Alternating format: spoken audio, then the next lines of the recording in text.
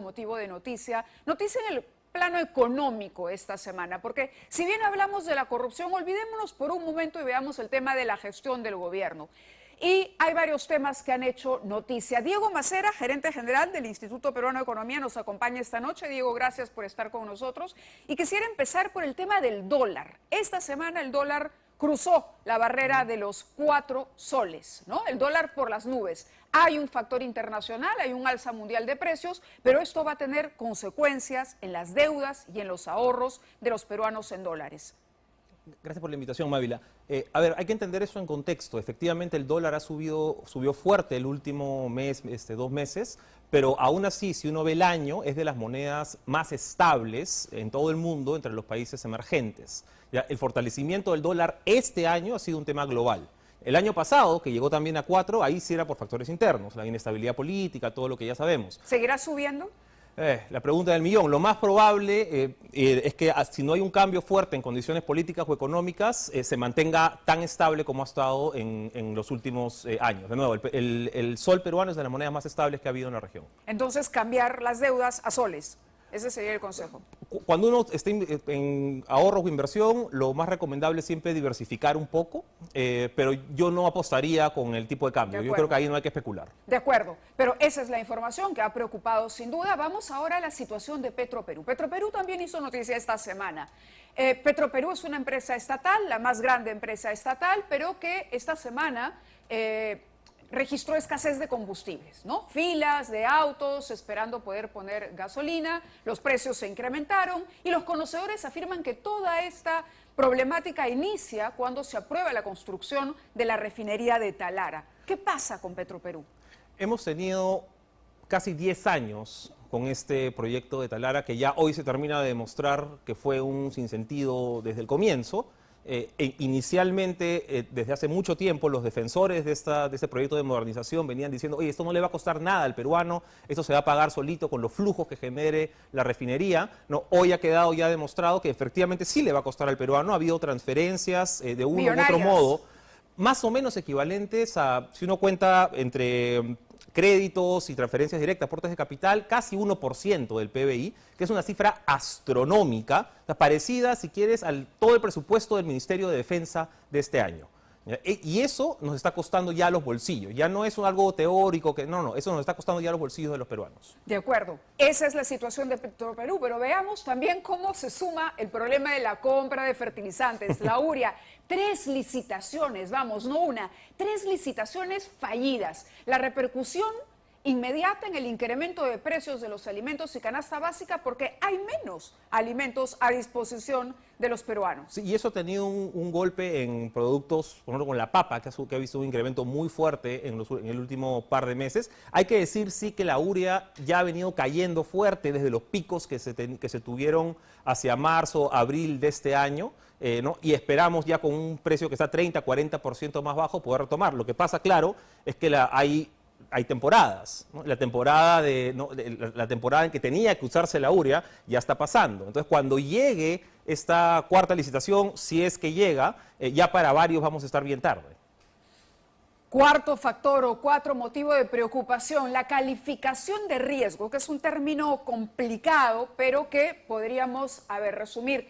Nosotros somos una economía estable, pero podríamos pasar a ser considerados una economía negativa. Evidentemente, esto, en palabras sencillas, supone que el Perú será un destino menos confiable, menos atractivo para inversionistas extranjeros. ¿Cuál es el impacto de que esto ocurra? Los inversionistas están mirando siempre qué tan probable es que el Perú pague sus deudas, ¿no? Entonces, esto es un poco lo que hemos visto la vez pasada. Vino una calificadora, dijo, oye, vamos a bajar esto un poquito negativo.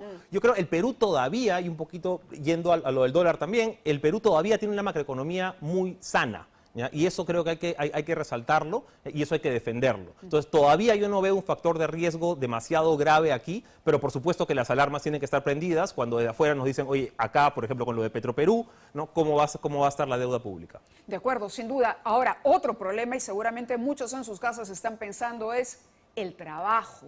No hay trabajo o hay trabajo mal remunerado, trabajo informal, caída de ingresos reales, ganamos menos, gastamos más por la inflación y la mayoría, decía yo, está en la informalidad. Esto es lo más cercano a la gente, lógicamente. No podemos hablar de calificación crediticia, PBI, no, pero lo más cercano es el mercado de trabajo. Y acá lo que tenemos son, si bien el número de trabajadores ha subido, tenemos más gente trabajando que hace unos años, la calidad del empleo se ha deteriorado. Hemos recuperado más empleo, sí, pero informal y de menores salarios. Entonces, cuando uno ve el ingreso promedio, por ejemplo, de los que están en informalidad, uno ve que hoy pueden comprar, por efecto de la inflación y de un mercado de trabajo deteriorado, pueden comprar 12-13% menos en real de lo que tenían antes de la pandemia. El tema central aquí es que tenemos que generar más confianza para tener más inversión y que eso genere más empleo. Claro, la economía es una gran cadena, ¿no? No se puede hablar de un elemento sin mencionar otro y otro. Del trabajo vamos a la corrupción, que también impacta en la economía. ¿Qué pasa con la corrupción? La corrupción genera pérdidas millonarias. Ya está cuantificado, la Contraloría le ha puesto hasta número a esto, pérdidas millonarias. Y por otro lado, un atraso generalizado, la mala gestión. No Diego. se hacen los proyectos, ¿no?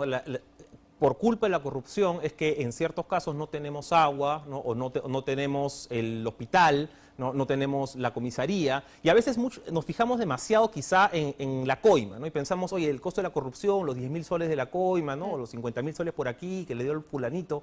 El problema de la corrupción de fondo, cuando hablamos de obra pública, es que las obras públicas se hacen mal o cuando no se tienen que hacer. Entonces, no es tanto los 10.000 soles que le dieron al alcalde o al fulanito, ¿no? Son los 100 millones de soles que se gastaron en esta carretera que nunca tuvo que haber sido hecha. Entonces, ahí está el costo central de la corrupción. O la que no Ese se es el termina grueso. de construir, más el perjuicio generado por la expectativa que no se cumple con esa obra, ¿no? Bueno, vamos de la corrupción al PBI, que tiene que ver con el crecimiento. Después de 18 años, y ese número me ha quedado grabado, 18 años, hemos dejado de estar en la lista de los países que más crece en la región. Y eso de verdad duele porque ha sido esfuerzo enorme. Solo creceremos 3%, y esto es ser optimista este año. Ya no lideramos ese crecimiento en la región. El gobierno evidentemente no está apoyando nuevos proyectos mineros, la situación en que ya ve con el corredor minero del sur, las Bambas, por ejemplo, no hay apoyo a la minería, que es el gran motor de nuestra economía. Durante los últimos 20 años hemos crecido a una tasa promedio de más o menos 4,5%, sólido, 4,5%. Eso significa que hemos sido el primer país en crecimiento de la región. Y del 2004 hasta ahora, como decías, hemos estado siempre por encima del promedio de Latinoamérica. Recién este año vamos a crecer un poco menos que el promedio de la región, y ya claro, nos estamos acercando, el próximo año probablemente creceremos al 2-3%, ¿no? Este año de repente al 3%, ya no son las tasas de 4,5% con las que habíamos tenido esta reducción de la pobreza durante los últimos 20 años. ¿No? Si queremos mejorar la calidad del empleo, si queremos reducir pobreza sostenidamente, como hemos tenido en los últimos años, ensanchar clase media, necesitamos levantar este número por lo menos 2 puntos más. ¿Cuánto tenemos que crecer? Mira, ¿5, 6? Mira, por lo menos a como estábamos antes, al 4,5%, y yo creo este año debió haber sido perfectamente posible. Claro. ¿No? Lamentablemente el contexto político no ayudó y sobre todo durante la primera mitad del año hubo un golpe muy fuerte a la minería, ¿no? Con el cierre, ¿no? en Las Bambas y en Cuajones, por ejemplo. Muy bien, Diego. Muchísimas gracias por estar con nosotros y